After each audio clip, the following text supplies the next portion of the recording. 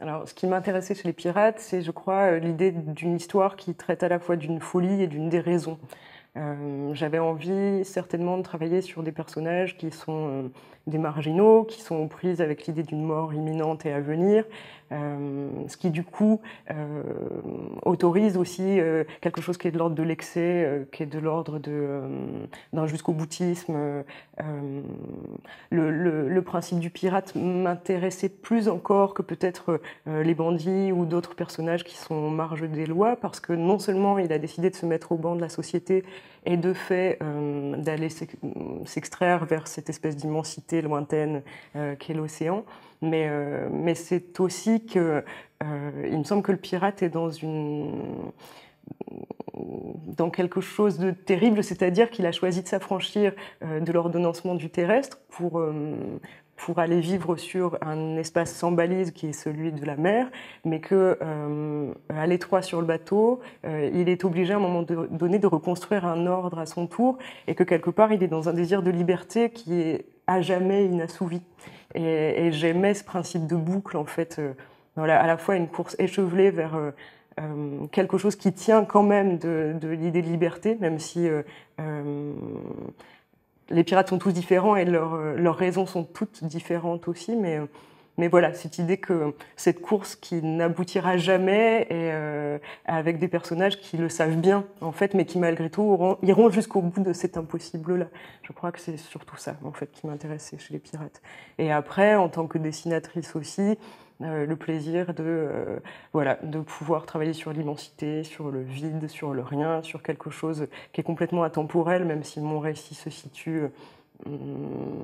apparemment au XVIIIe, pendant l'âge d'or de la piraterie, ou du moins sur le déclin de l'âge d'or de la piraterie, mais quelque chose qui est à la marge de l'histoire et du temps, en fait. Et il y a un rapport à la temporalité aussi, je crois, qui m'intéresse là-dedans, et qui est lié à l'océan, et qui est lié à cette idée que le pirate choisit une sorte d'humilité aussi à un moment donné, où il se met au banc de l'histoire.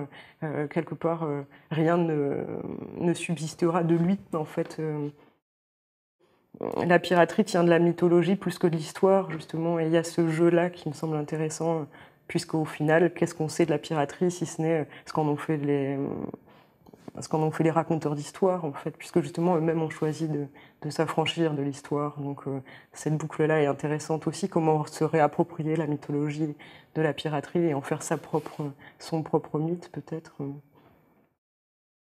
C'est aussi, enfin, j'ai eu aussi plaisir à jouer avec les codes de la piraterie, c'est-à-dire m'affranchir du folklore peut-être, et en même temps jouer avec cependant, et puis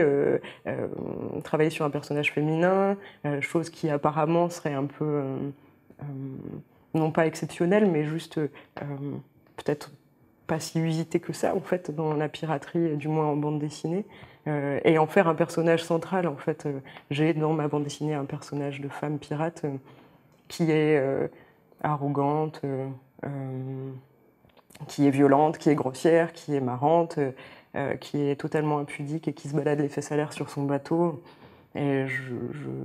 j'ai aimé aussi jouer avec ces codes-là et m'affranchir moi aussi d'une réalité historique, puisque les femmes sur les bateaux, enfin les piratesses réelles comme Anne Bonny ou Marie Read ont certainement existé, mais elles devaient se grimer en homme, ce qui n'est pas le cas de ma piratesse à moi qui exhibe fièrement ses seins et toute sa volupté